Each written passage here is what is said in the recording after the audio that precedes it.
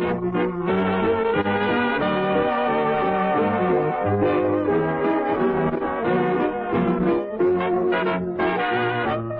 a lovely day today, so whatever you've got to do, you got a lovely day to do it in, that's true. And I hope whatever you've got to do is something that can be done by two, for I'd really like to stay. Welcome to Ask Aunt Ann. It's a lovely day here, and I hope it's a lovely day where you are. Well, the holiday season is upon us. It's time for dinners, parties, decorating, and sometimes stress. Please take some advice from your Aunt Ann and remember the first rule about entertaining. Make it fun for everyone, including yourself. So today's program is chock full of ideas to make the holidays a joy. I can tell things are getting busy by the amount of letters in my mailbox. We'll get to as many as we can today. If we don't get to yours, please post your question on my Facebook page and we'll answer it there, or one of my viewers will. Our first letter is from Wendy Burkwest in Plymouth. Wendy writes, Dear Aunt Ann, I'm hosting my husband's family for the first time this year. How do I set the table properly? Where does the water glass go? What about the soup spoon? What a special event for you, Wendy. Going the extra mile to set a beautiful table makes those who attend feel really special. There's no mystery to it. First, decide if you are having an informal or formal meal. Then go to AskAuntAnn.com and print out the handy illustration I have linked under tips. Here's how to do an informal place setting. Plate in the center, water glass and wine glass to the right. Guests use the utensils from the outside in, so salad fork and then dinner fork because the salad is first. On the right side, the knife is closest to the plate. Face the blade towards the plate. Back in medieval times, this showed your dinner companions that you had no violent intentions. Next comes the teaspoon and then the soup spoon, if you're serving soup, of course. The napkin should be placed on the plate, not under the silverware. That way, when your guest sits down, she can easily whisk it off the table and onto her lap. The formal setting gets a little more complicated because there are more items for each guest. We add a salad plate to the dinner plate, so the napkin will rest at the far left. We add a bread plate and an extra wine glass for an additional wine. Generally, the cup and saucer are placed on the table with the dessert course, and it will be on the lower right. I like to have place cards too. More on that later. This is a pretty standard formal setting. They can get much more elaborate, so until you're expecting royalty, we won't get into that. Most of this is just common sense. If you're not serving bread, then don't put out the plate. And if you don't have soup, don't add a spoon. Our next questions come from our Facebook page. Jenny would like some ideas for craft projects for kids older than toddlers, and Cindy would like some ideas for simple table decorations. Well, ladies, how about combining the two? Here's a great idea. These sweet little wheat bundles, small ones for place cards and big ones for the centerpiece. Here's what you will need. Yellow and brown construction paper. To add interest, you can add a patterned paper to the large bundles. You also need twine, an empty toilet paper tube, double stick tape, regular tape, a popsicle stick, and some of these cute crows. You can print the pattern for this original Ask Aunt Ann design on your computer. Just download it from my website. I have small ones for the place cards and large ones for the centerpiece. For each place card, cut a piece of each color construction paper in half lengthwise.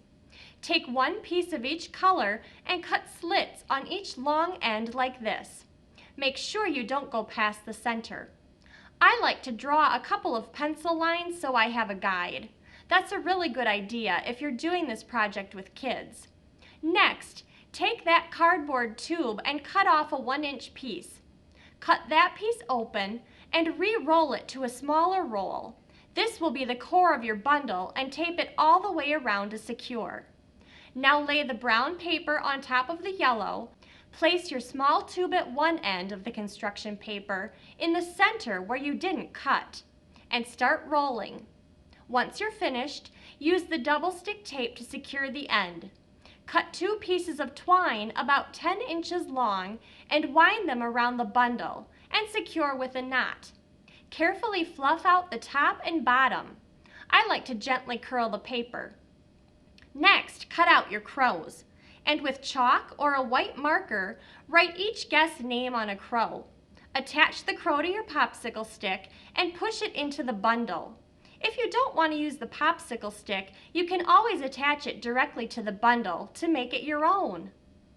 For the centerpieces, use the same format, but make 3 different heights and use more paper. Always try to decorate using an odd number of items. It makes things more interesting. Add some candy pumpkins, leaves, etc. to create your centerpiece. Hope that helps, Jenny and Cindy. And please remember, if you try something you saw on our show, post a picture to our Facebook page so everyone can see it. Our next letter poses a question I get a lot. Dear Aunt Anne, I can never seem to make the right amount of food when I have a party. I either run out or I have enough leftovers to last the week. Do you have some guidelines I can follow? Sam Heller, Monroe. Sam, making the correct amount is tricky. Here's what I recommend per person. For appetizers, 6 to 8 pieces, and soup, 1 cup. Next, the entrees. For turkey, calculate 1 pound before cooking per person. For other meats, it's 3 ounces. For sides, 2/3 cup of potatoes, 1 cup stuffing, 1/4 cup gravy, 1 to 2 cups vegetables per person, 1 cup salad, and 1 1/2 rolls. For dessert, 1/8 of a 9-inch pie and 1/2 cup whipped cream or ice cream. And for drinks, I'd suggest 1 to 2 drinks per person per hour if serving alcohol, and 8 to 16 ounces per hour for soft drinks. As you can imagine, these are guidelines. Some families have bigger eaters than others, although they tend to be balanced out by light eaters. Look at your guest list and remember that the more you cook for others, the easier it will get.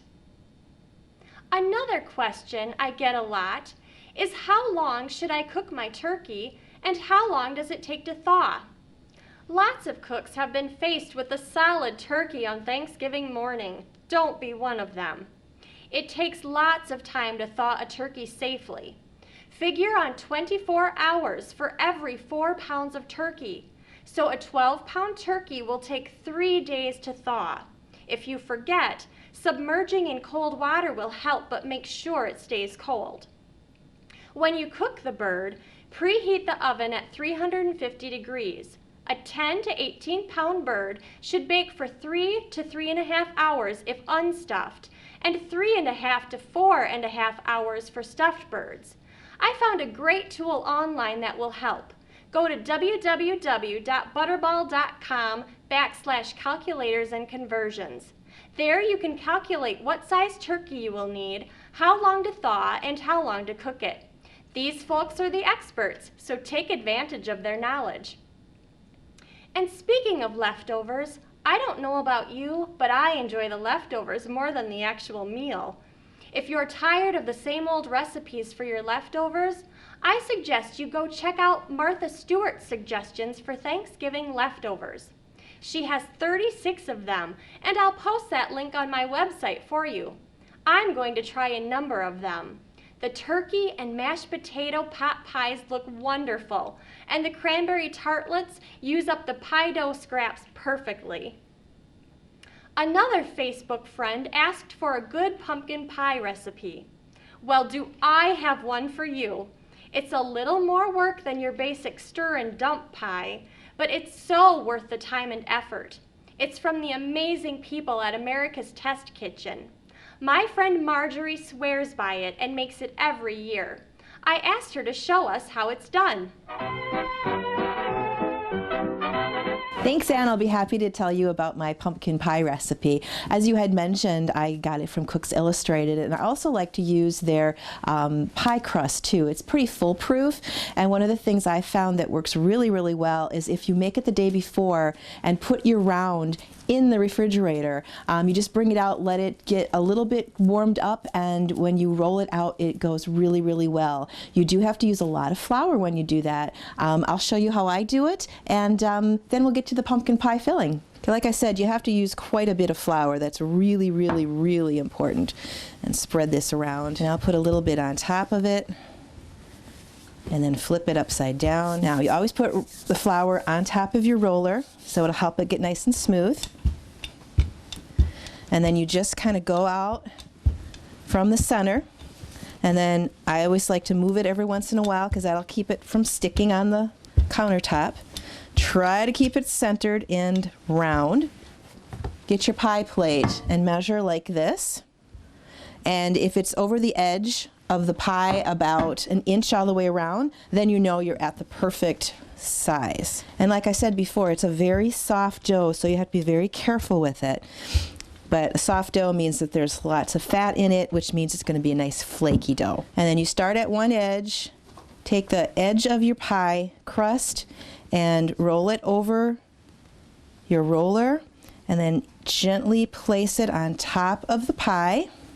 What you want to do is fold your dough under all the way around. That way you'll have a nice thick crust. Now there's tons of different ways that you can edge your pie. You can get really, really fancy. Because I made this pretty much it's a single crust recipe, I don't have a lot of extra dough left over. A lot of times what I'll do is I'll roll it out, and then I will make little cutouts of like leaves or apples, or just depending on the season, and then I'll overlap those on the edge.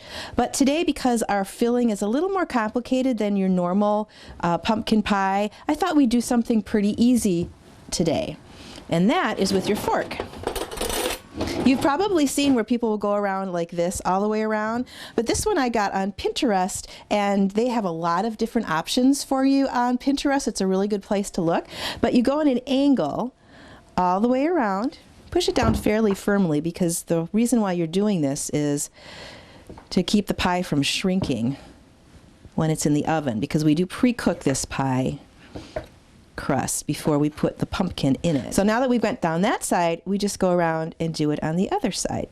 So you get this really neat grid effect.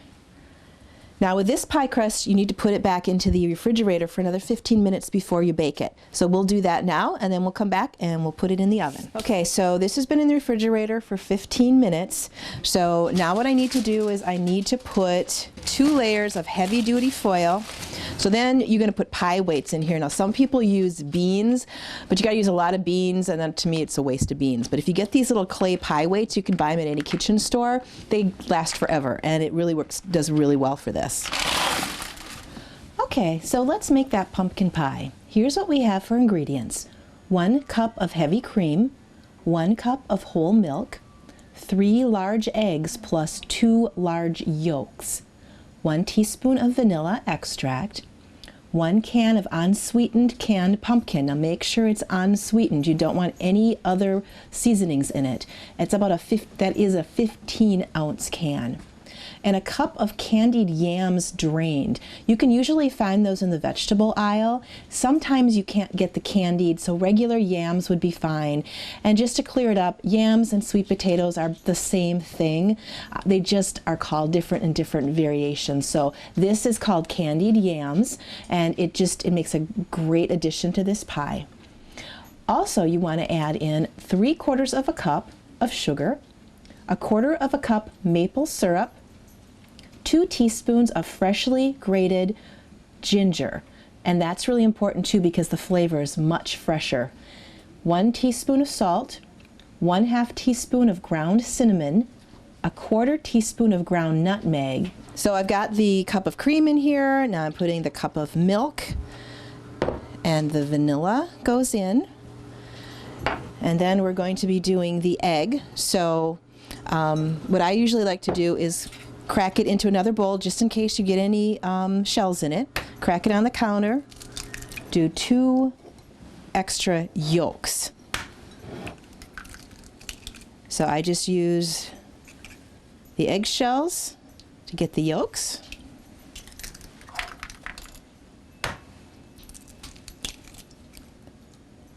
And save the whites. You never know when you're going to need them.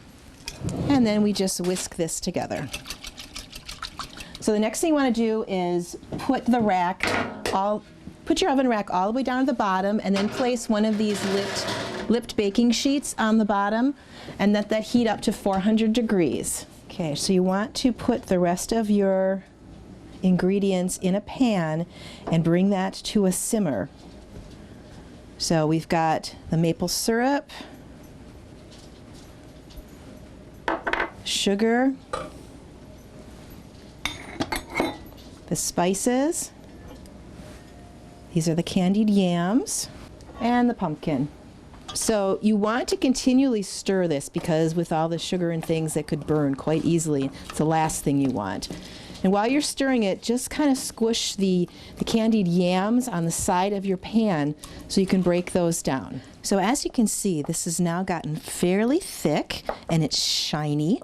And I've been pushing the yams against the side of the pan to try to get them squished up. And they're pretty much done, except that there's a few bumps. So we're going to get rid of that in a little bit.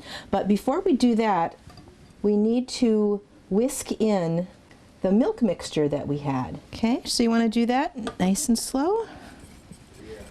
Remember to whisk it in. Oh, that's becoming really pretty. And what we're going to do next is we're going to put it through a strainer.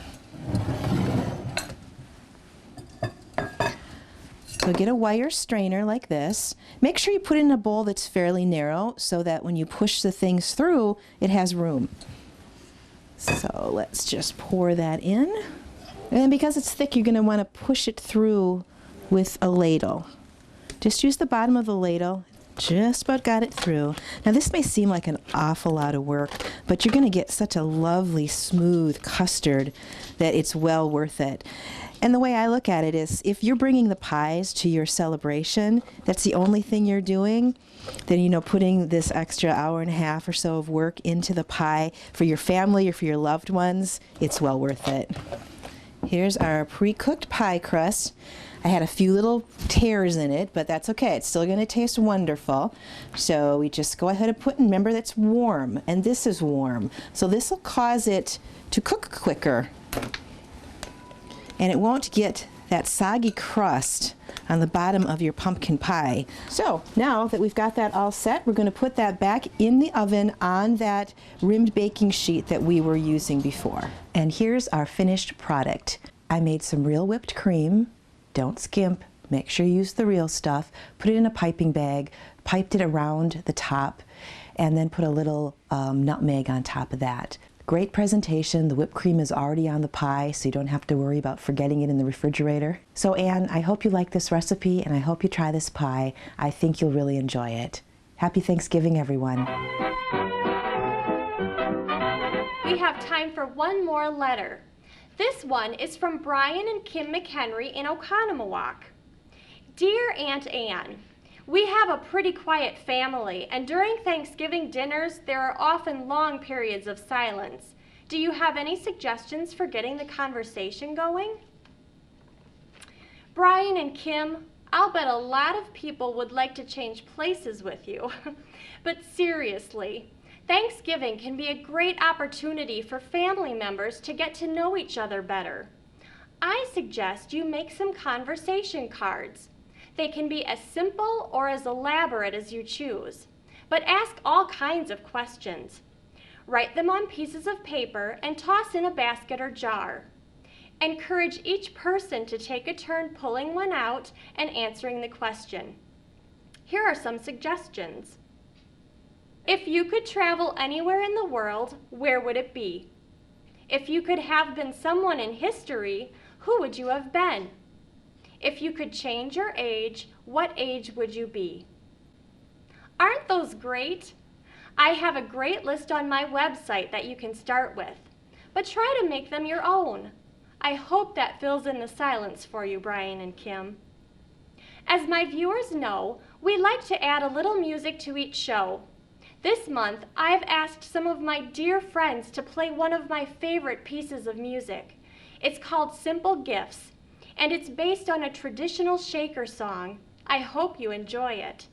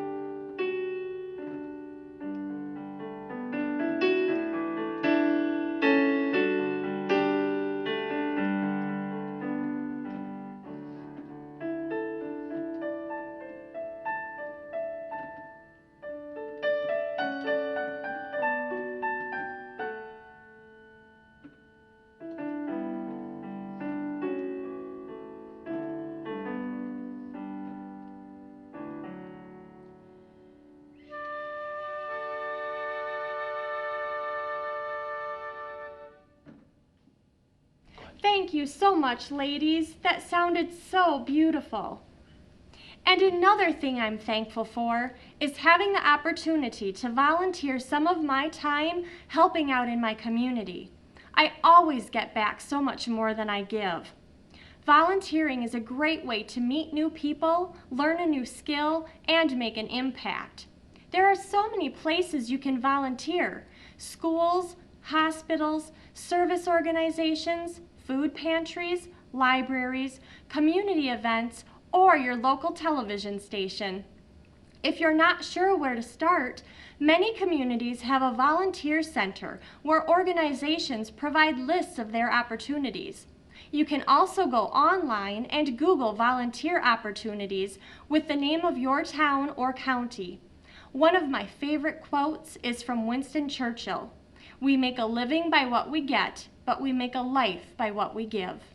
I hope that you take that to heart this season. Here is a lovely poem that's perfect for this time of year.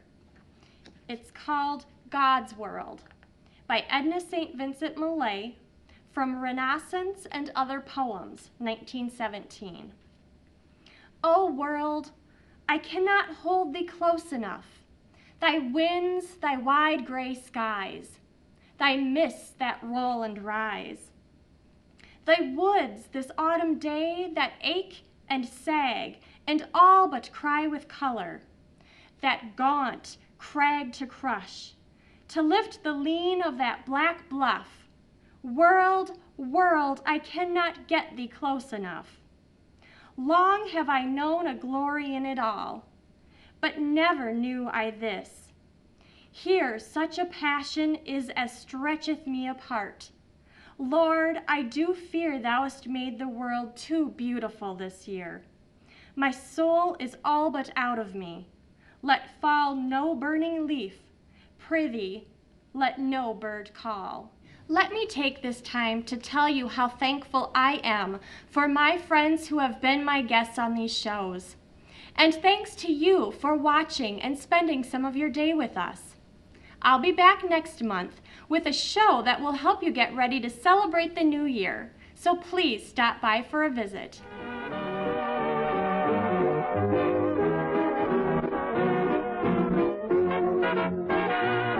It's a lovely day today, so whatever you've got to do, you got a lovely day to do it in, that's true. And I hope whatever you've got to do is something that can be done by two, for I'd really like to stay. It's a lovely day today, and whatever you've got to do, I'd be so happy to be doing it with you. But if you've got something that must be done, and it can only be done by one, there is nothing more to say, except it's a lovely day for saying it's a lovely day.